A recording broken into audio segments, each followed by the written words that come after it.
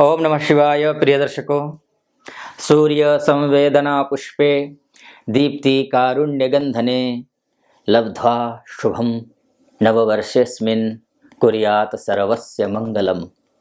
अर्थात जैसे सूर्य प्रकाश देता है, संवेदनशीलता करुणा को जन्म देती है, फूल फूल सदैव सुगंधित रहता है, इसी तरह वर्ष 2024 का हर दिन, हर पल, हर क्षण आपके लिए एवं आपके परिवार के लिए शुभ हो, मंगलमय हो। आप यशोवान हो, आप धनवान हो, आप समृद्धशाली हो, वैभवशाली हो, सुख शांति आए आपके घर में, लक्ष्मी जी का वास हो आपके घर में, आप आरोग्यवान हो, हर एक मनोकामना आपकी पूरी हो, ऐसी मेरी हार्दिक शुभकामना 2024 की। प्रिय दर्शकों, इस वीडियो में हम चर्चा करने जा रहे हैं तुला राशि की। अर्थात तुला राशि वालों के लिए 2024 का जो वर्ष है वो कैसा रहने वाला है, इसी विषय पर इस वीडियो में हम विस्तार से चर्चा करने जा रहे हैं। तो स्वाभाविक है, तुला राशि वो राशि है जो पिछले दिनों बेहद बेहद खराब दौर से गुजरी है। तुला राशि वाले अर्थात आप के लिए 2023 का जो वर्ष था किसी तबाही या तूफान से कम नहीं था। जीवन के हर एक पहलू में, चाहे आप बिजनेस करते हो, चाहे जॉब करते हो, चाहे फाइनेंशियल स्थिति को लेकर के हो, चाहे पर्सनल लाइफ को लेकर के हो, आप मेंटल लेवल के उस स्ट्रेस के उस लेवल तक पहुंच गए थे जहाँ अति हो चुका था। बेहद खराब रहा है 2023 आपके लिए, लेकिन 2024 का जो साल है वो आपके लिए किसी तोहफे से कम नहीं है। कैसे और क्यों, पूरा डिटेल में आपको मैं बताऊंगा। इससे पहले आपसे निवेदन है, अगर आप पहली बार मेरे वीडियोस को देख रहे हैं तो पूरा वीडियो सुनिएगा। वीडियो अच्छा लगता है आपको तो चैनल को सब्सक्राइब कर दीजिएगा, वीडियो को लाइक कर दीजिएगा और कमेंट बॉक्स में जाकर महादेव का भक्त हूँ इसलिए कमेंट बॉक्स में महादेव का महामंत्र नमः शिवाय या फिर ओम नमः शिवाय ये मंत्र जरूर 5 बार या 11 बार लिख दीजिएगा।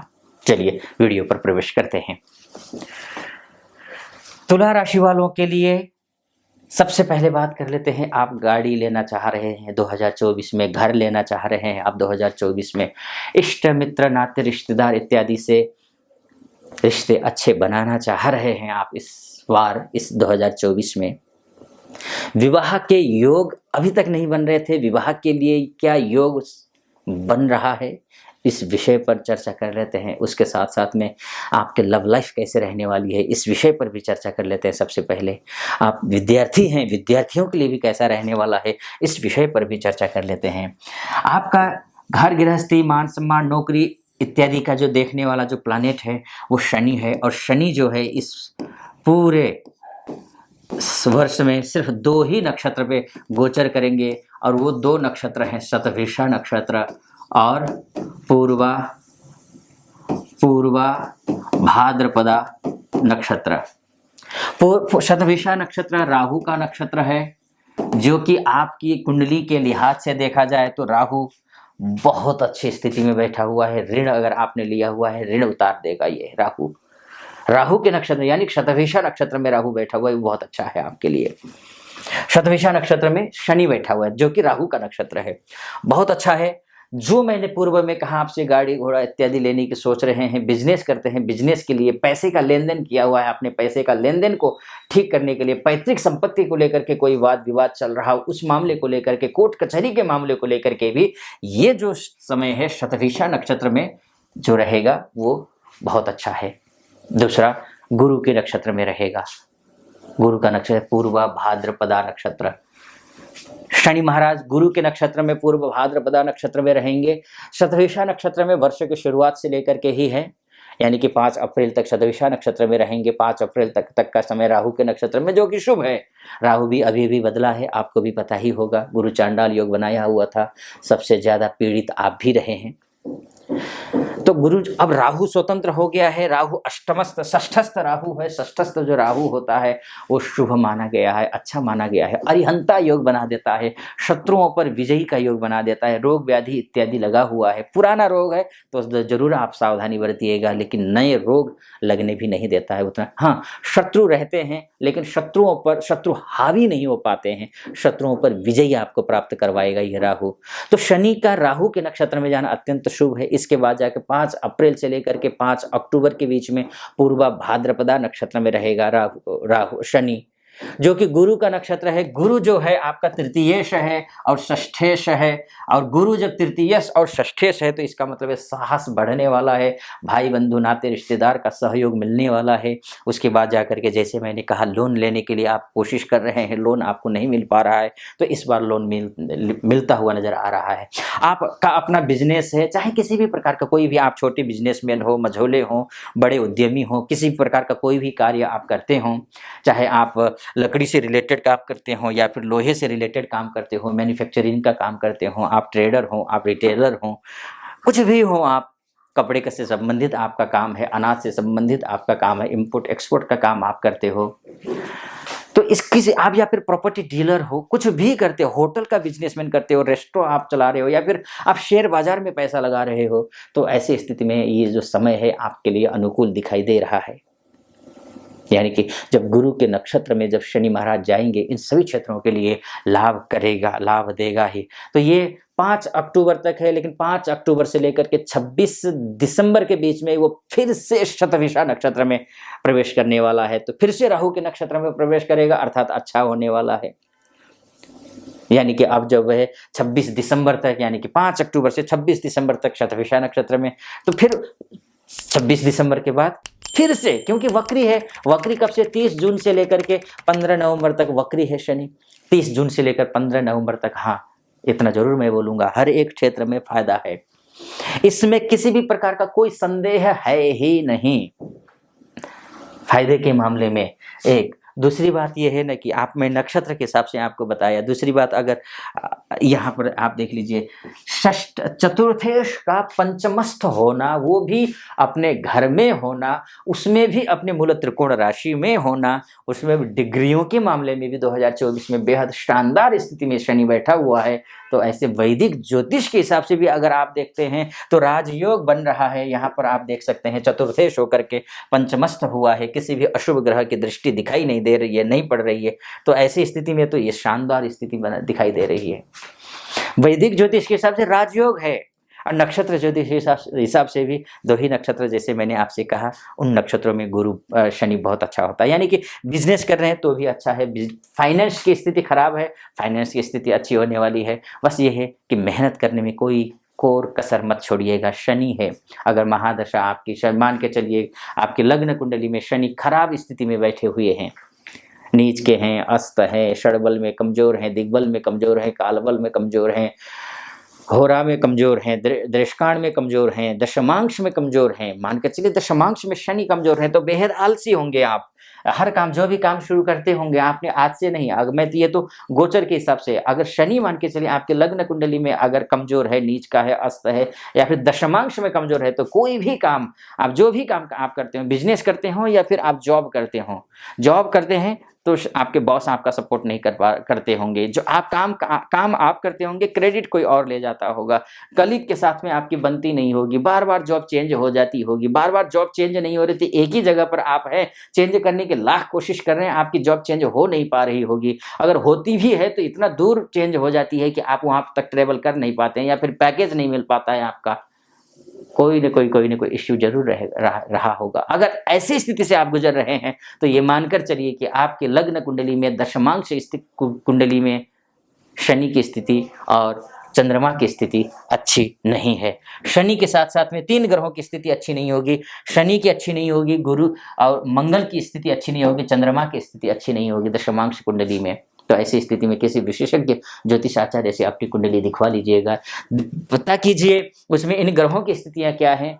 आपके आसपास में कोई अच्छे एस्ट्रोलॉजर हों तो भी उनसे भी आप कुंडली दिखा सकते हैं, या फिर आप वहां आसपास के कोई एस्ट्रोलॉजर से बात करने में या फिर अपनी पर्सनल बातें शेयर करने में झिझक करते हैं, तो ऐसी स्थिति में नीचे नंबर होगा, उस नंबर पे कॉल करके हमारी टीम मेंबर से बात करके, मुझसे बात करने के लिए भी, मुझसे ज्योतिषीय परामर्श लेने के लिए भी आप कांटेक्ट कर सकते हैं, अपॉइंटमेंट ले सकते हैं। हो सकता है थोड़ा विलंब हो जाए आपको रिप्लाई करने में, लेकिन हमारे टीम मेंबर की तरफ से आपके पास रिप्लाई आएगी और मुझसे आप अपॉइंटमेंट ले सकते हैं, ज्योतिषीय परामर्श ले सकते हैं। खैर, मैं ये बात, तो ये उस स्थिति में है, अगर आपके साथ ऐसी घटनाएं घटी हैं, आपको असफलता बार बार मिल रही हो, तो एक बार जरूर अपने कुंडली किसी विशेषज्ञ एस्ट्रोलॉजर से जरूर दिखाइए। चाहे यहाँ कॉल कीजिए, चाहे आसपास में कोई अन्य एस्ट्रोलॉजर हो, उनसे जरूर कॉल कीजिए।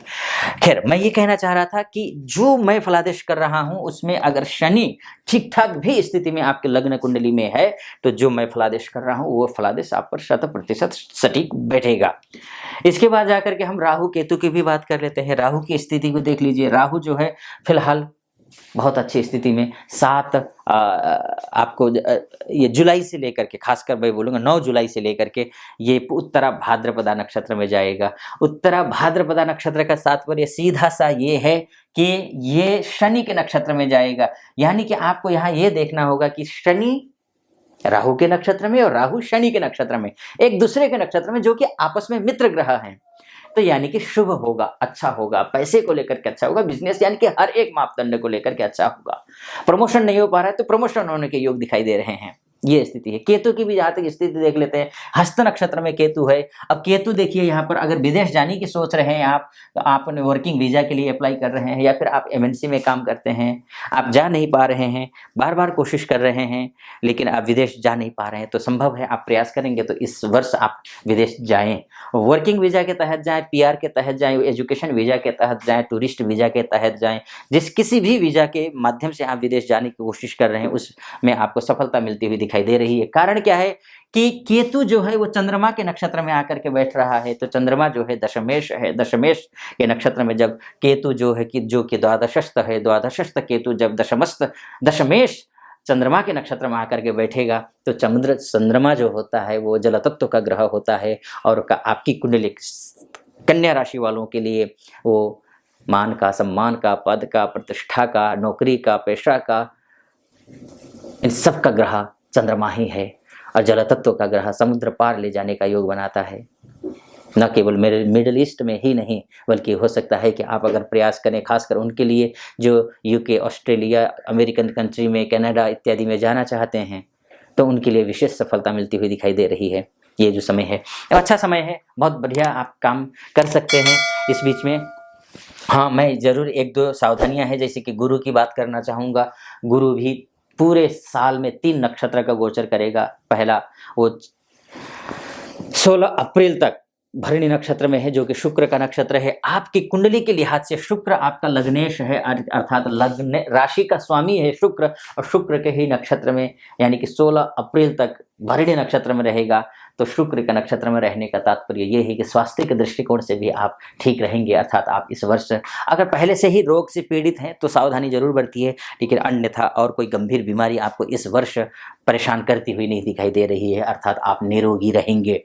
ये उसके बाद 16 अप्रैल से लेकर के 12 जून तक का जो समय है, कृतिका नक्षत्र में ये गुरु रहने वाले हैं। कृतिका नक्षत्र का तात्पर्य ये है कि आपका लाभयश आपका सूर्य है, सूर्य और सूर्य का नक्षत्र में, कृतिका नक्षत्र सूर्य का नक्षत्र होता है, और सूर्य के नक्षत्र में गुरु का जाकर के बैठना अपने आप में मित्र ग्रह होते हैं, अर्थात यह आपका पैसे के मामले को ठीक करेगा, ये आपके साहस को बढ़ाएगा, आपकी एनर्जी को बढ़ाएगा, यानी आप फेस वैल्यू आपका बढ़ाएगा, आपकी बातों में वजन करवाएगा। ये आप जहाँ कहीं भी जाएंगे आपका अपना एक ऑरा होगा, अपना एक अपनी अलग छाप छोड़ने में आप सफल रहेंगे। खासकर उन व्यक्तियों के लिए जो इंटरव्यू देने जा रहे हैं उनके लिए बहुत शुभ रहने वाला है। एक बार डेट फिर से याद कर लीजिए, 16 अप्रैल से लेकर के 12 जून के बीच का टाइम है, लेकिन इसमें एक समस्या है।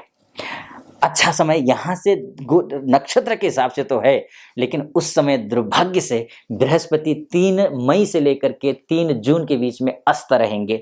उस समय आपको समय अनुकूल है, लेकिन बृहस्पति की पूजा करनी होगी। जो कुछ भी अपने से बड़ों का आशीर्वाद लेना होगा, अपने से अनुभवी लोगों से सलाह लेनी होगी, माता पिता का चरण स्पर्श प्रतिदिन आपको सुबह प्रातःकाल उठते ही करना होगा। आपको भगवान विष्णु की उपासना करनी होगी, तुलसी जी के आगे आपको घी का दीपक हर शाम को गोधूली बेला में जलाना होगा। ओम नमो भगवते वासुदेवाय इस मंत्र का जप आपको करना होगा। आपको साफ सुथरा रहना होगा, तामसी खाना नहीं खाना है आपको, इस बात का आपका विशेष ख्याल रखना होगा। इस 1 महीने में समय अच्छा है, बस ये आपको करना होगा। इतना आप अगर कर लेते हैं, अर्थात दिन को आप सुव्यवस्थित कर लेते हैं, तो सफलता आपके कदम चूमेगी। ये मैं यकीनन कह रहा हूँ। इंटरव्यू देने जा रहे हैं, कहीं भी जा रहे हैं, कुछ भी सफलता मिलेगी आपको। कहीं बिजनेसमैन है, डील करने जा रहे हैं, डील में सफलता मिलेगी। अगर आप किसी उच्च शिक्षा की तैयारी कर रहे हैं, सिविल सर्विसेज की तैयारी कर रहे हैं, नेट की तैयारी कर रहे हैं, यूपीएससी की तैयारी कर रहे हैं, आईलेट्स की तैयारी कर रहे हैं, कुछ भी कर रहे हैं आप एजुकेशन में, आप जो है ना पीएचडी की तैयारी कर रहे हैं, बीटेक एमटेक जो भी कुछ कर रहे हैं एजुकेशन के फील्ड में, आपको सफलता मिलती हुई दिखाई दे रही है। बस इतना ध्यान रखना, 12 जून से लेकर के वर्ष के अंत तक जो बृहस्पति है वो रोहिणी नक्षत्र में रहेंगे, जो कि चंद्रमा का नक्षत्र है। अर्थात चंद्रमा के नक्षत्र में बृहस्पति रहने का मतलब जानते हैं आप?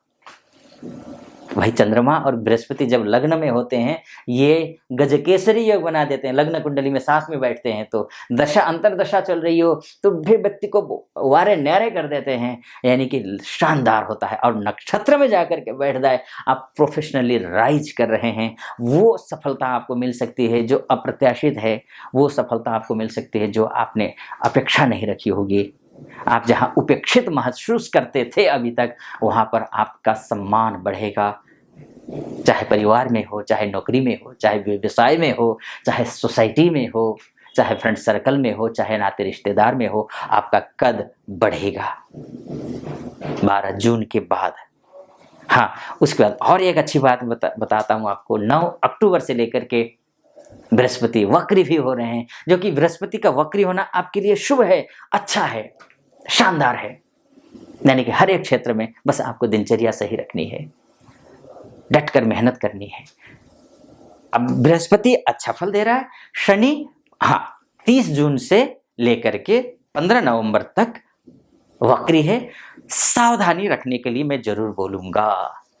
समय बहुत अनुकूल है, साल आपके अनुकूल है। 2023 से 50-60% एक्स्ट्रा अच्छा है ये वर्ष। बस मेहनत करना है, बहुत पॉजिटिव रहना है, पूजा पाठ इत्यादि करना है, अपने माता पिता की सेवा करनी है, बड़ों की इज्जत करनी है, दिनचर्या को सही रखना है। बस इतना ध्यान रखिएगा। फिलहाल राहु केतु के बारे में भी डिटेल में चर्चा करना चाह रहा था, लेकिन समय ज़्यादा हो जाएगा। मैं फिर राहु केतु के माध्यम से पूरा साल कैसा रहने वाला है, शनि के माध्यम से पूरा साल कैसा रहने वाला है, गुरु के माध्यम से पूरा साल कैसा रहने वाला है, इन अलग अलग विषयों पर मैं पूरा वीडियो बनाने वाला हूँ। तो आप इस चैनल को सब्सक्राइब कर दीजिएगा अगर इसको आप फॉलो करना चाहते हैं, उनको जानना चाहते हैं, आपको लगा हो कि थोड़ा नॉलेजेबल है, ठीक है, अच्छा कैलकुलेशन मैं कर रहा हूँ, तो आप जरूर इस चैनल को सब्सक्राइब कर दीजिएगा, पहली बार देख रहे हैं, और लाइक कर दीजिएगा वीडियो को। और जैसे कि मैंने कहा कि महादेव का भक्त हूँ, आप पर भी महादेव की कृपा बनी रहे, ऐसी मेरी कामना। आप कमेंट बॉक्स में जा करके ओम नमः शिवाय 5 बार या 11 बार अवश्य लिख दीजिएगा। फिलहाल अनुमति दीजिए। ओम नमः शिवाय।